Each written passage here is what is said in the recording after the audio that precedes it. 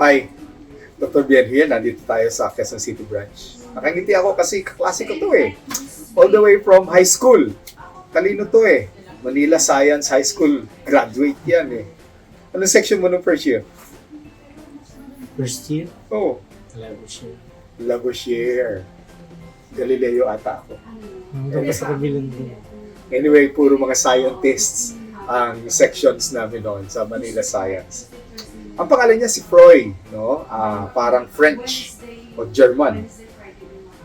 Nagkausap kami nung wife niya dahil ang naging kwento, lumura ka ba ng dugo? Hindi yung kinikwento ko eh. Sabi ko parang dugo yun. Parang dugo. Pero sabi nung taga-JBL, hindi daw yung dugo. Hindi dugo, pero pula. Oh, cool. Pula. O, tapos sumakit yung tiyan mo. Masakit muna yung tiyan ko. Naunang sumakit yung tiyan mo. Tapos talagang namutla ka noon eh, nung makita kita eh. At nangayayat ka eh. Yan. And this was before Christmas, tama no?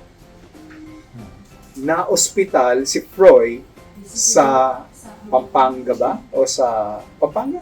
Sa lingan. O kasi nakatira ka noon sa Clark. O until now, no? Ay sa Angeles. Angeles. Sa Angeles. Okay.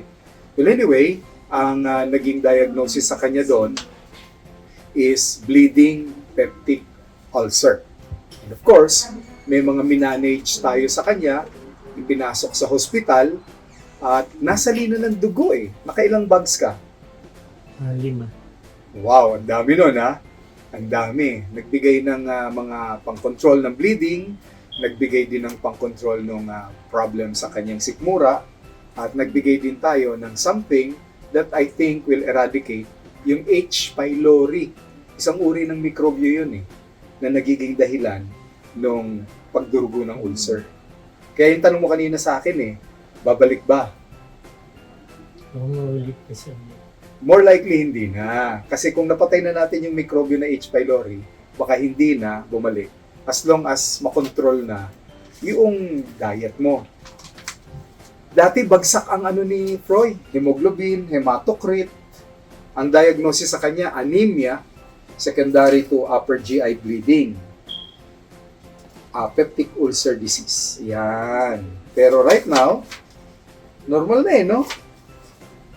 Dati, ito yung ano mo, laboratory mo. This is October 2025. May araw dito.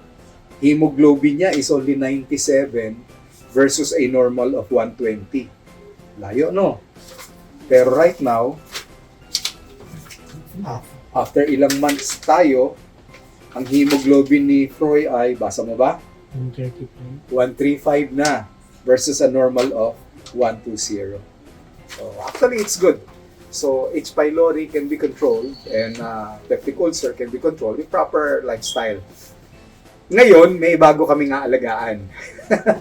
Ayaw niyang tanggapin. Pero sa edad niya, ano edad mo na? 65. 65. So, parang yung ugat mo, 65 years old na rin. Siyempre, pag 65, tumitigas na ang ugat. Ayaw maniwala ni Freud na umaakit na yung BP niya. Don't worry. Wala naman akong nararamdaman. Hindi kasi nararamdaman at ang pagtaas ng blood pressure minsan, pati yung atake sa puso, sabi nga nila, ano yan? Parang fifth in the night. Wala ka nararamdaman, biglaan na lang. Nakakatakot pero hindi ko nararamdaman. Yun nga, nakakatakot kasi di nararamdaman. So yun, tutulungan natin. November, ang BP niya was 152/95.